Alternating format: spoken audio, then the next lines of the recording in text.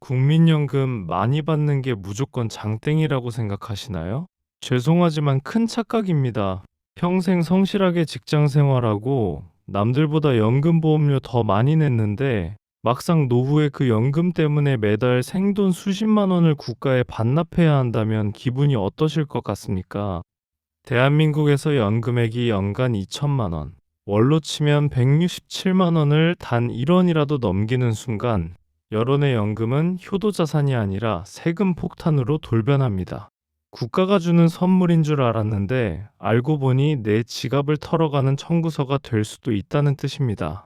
자녀 밑에 피부양자로 들어가서 건강보험료 한 푼 안 내고 편안하게 노후를 보내려던 계획이 연금 몇만 원 더 받으려다 산산조각 날 수 있습니다.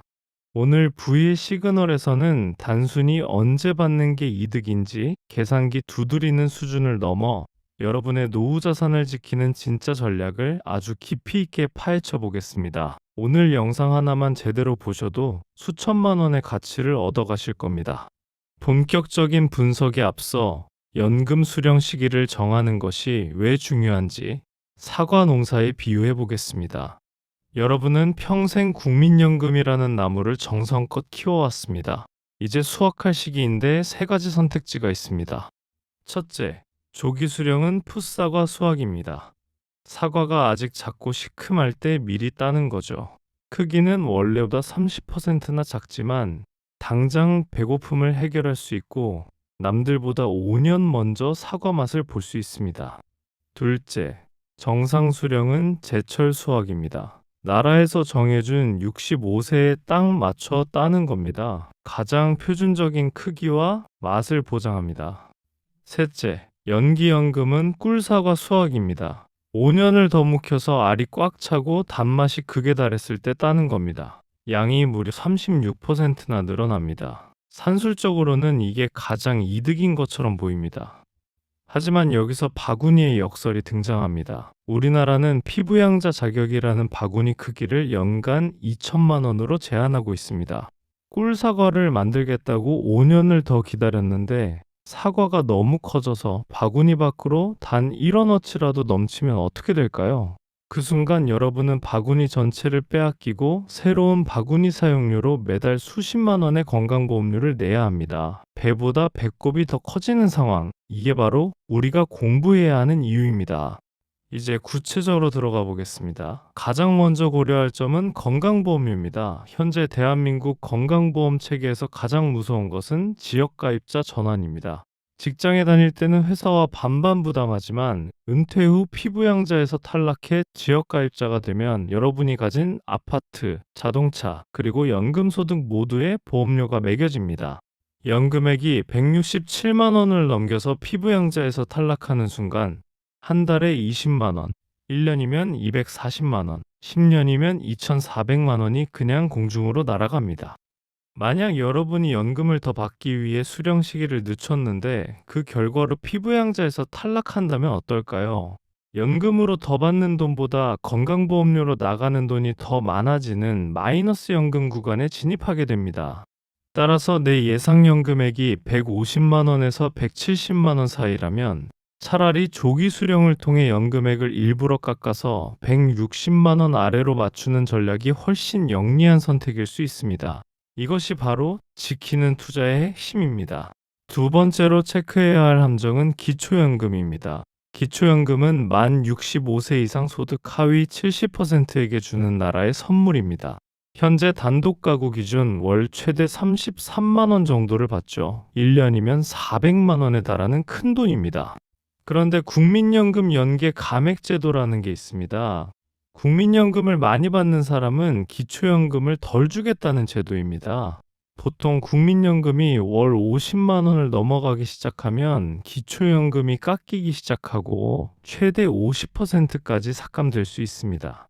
열심히 국민연금 보험료 내서 나중에 연기연금으로 월 100만 원 넘게 받게 됐는데 정작 기초연금은 한 푼도 못 받거나 반토막 난다면 억울하지 않겠습니까? 결국 국민연금을 더 받으려고 노력한 것이 기초연금을 깎아먹는 꼴이 됩니다. 따라서 내가 기초연금 수급 대상에 해당할 가능성이 높다면 국민연금을 무조건 높이는 것이 능사가 아닙니다.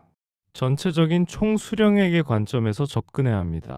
이제 현실적인 생계 문제를 따져봐야 합니다. 전문가들은 이를 소득 크레바스, 즉 소득 절벽이라고 부릅니다. 대기업 기준으로 보통 50대 중반에 퇴직하는데 국민연금은 65세에 나옵니다. 약 10년간의 공백이 생기죠. 이 기간에 별도의 임대소득이나 이자소득 혹은 재취업을 통한 근로소득이 없다면 어떻게 될까요? 저축해둔 돈을 갉아먹으며 버텨야 합니다. 이때 무리하게 꿀사과를 기다리겠다고 연기연금을 고집하는 건 위험한 도박입니다. 당장 생활비가 없어서 대출을 받거나 노후자금을 깨야 한다면 그 이자 비용과 손실이 연금 증액분보다 훨씬 큽니다. 이런 경우에는 30%가 깎이더라도 조기 수령을 선택해 매달 생활비의 기초를 다지는 것이 심리적으로나 경제적으로나 안정적입니다. 설익은 풋사과라도 당장 배고픔을 해결해 준다면 그 사과는 꿀사과보다 가치 있는 것입니다. 많은 분이 조기 수령을 망설이는 이유 중 하나가 내가 일찍 받으면 나중에 우리 배우자가 받을 돈도 줄어드는 것 아니냐는 걱정입니다. 하지만 여기서 엄청난 반전이 있습니다.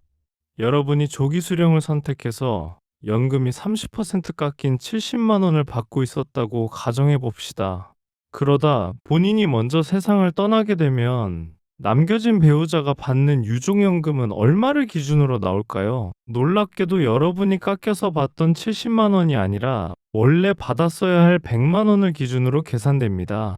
국가는 유종연금을 계산할 때 조기 수령에 따른 감액분을 적용하지 않습니다. 즉, 내가 생전에 조금 일찍 받아서 혜택을 누렸다고 해서 배우자의 몫이 줄어들지 않는다는 뜻입니다. 이 사실 하나만 알아도 조기 수령에 대한 거부감이 확 줄어드실 겁니다. 이건 국가가 대놓고 홍보하지 않는 정말 중요한 꿀팁입니다. 그렇다면 연기연금은 언제 쓰는 카드일까요?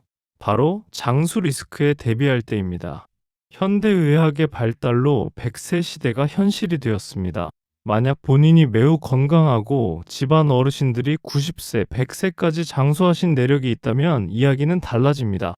연기연금의 손익분기점은 대략 77세에서 78세입니다. 이 나이를 넘겨서 80대, 90대까지 사신다면 연기연금을 신청한 사람이 조기 수령자보다 수억 원을 더 받게 됩니다. 특히 남성보다 평균 수명이 6년 정도 긴 여성분들의 경우 연기연금을 통해 수령액을 극대화하는 것이 노후 빈곤을 막는 강력한 수단이 될 수 있습니다. 긴 내용을 정리해 보겠습니다. 연금 수령 전략에 정답은 없습니다. 하지만 오답은 피할 수 있습니다.